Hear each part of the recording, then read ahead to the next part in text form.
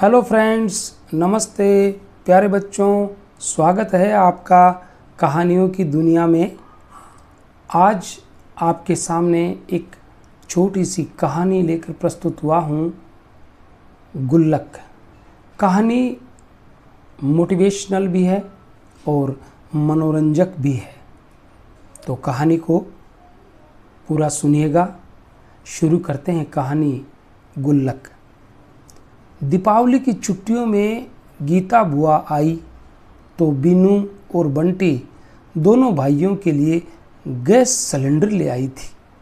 अरे भाई, सचमुच का गैस सिलेंडर नहीं, बल्कि पक्की लाल मिट्टी का बना हुआ छोटा सा खिलौना गैस सिलेंडर।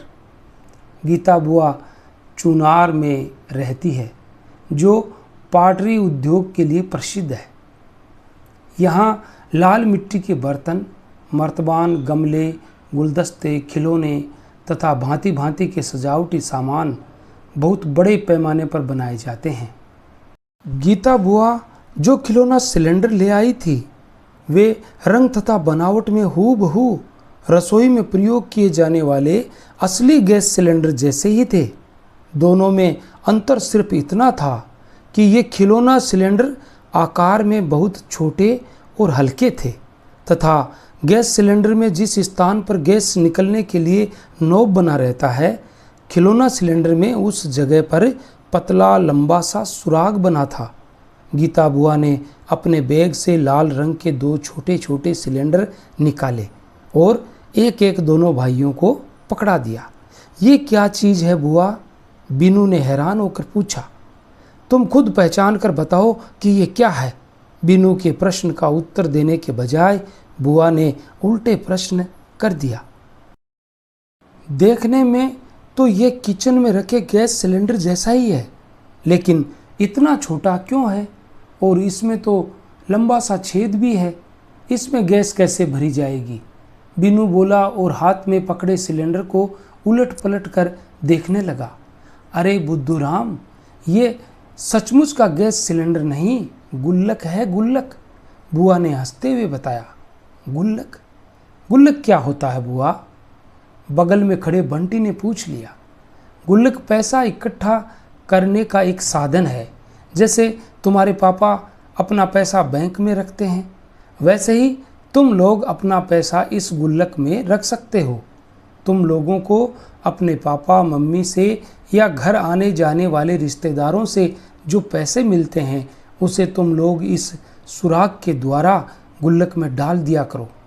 तुम्हारा पैसा इकट्ठा भी होता रहेगा और पूरी तरह से सुरक्षित भी रहेगा, क्योंकि इसमें पैसे को सिर्फ डालने की जगह बनी हुई है, उसे निकालने की कोई जगह नहीं है।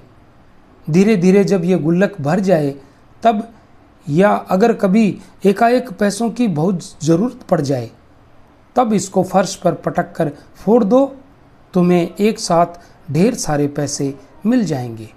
बुआ ने दोनों भाइयों को समझाया। तो क्या फर्श पर पटकने से ये फूट जाएगा बुआ? बीनू ने पूछा। और नहीं तो क्या, ये कोई असली सिलेंडर की तरह लोहे से थोड़े ना बना है, यह मिट्टी का बना है। फर्श पर गिरते ही टूटकर टुकड़े टुकड़े हो जाएगा। मिट्टी का बना है, लेकिन ये तो बहुत कड़ा है। बंटी गुल्लक को हाथ से दबाते हुए बोला। हाँ बेटा, ये एक विशेष प्रकार की मिट्टी से बना है। गीली मिट्टी से बनाने के बाद इसे कई दिनों तक धूप में सुखाया जाता है, और जब यह पूरी तरह सूख जाता है तब इसे आवा में रखकर लकड़ी और कंडे की आग में पकाया जाता है। आग में पकने के बाद यह ईंट की तरह लाल और कड़ा हो जाता है। फिर झाड़ पोंछ कर इसे लाल पेंट से रंग दिया जाता है।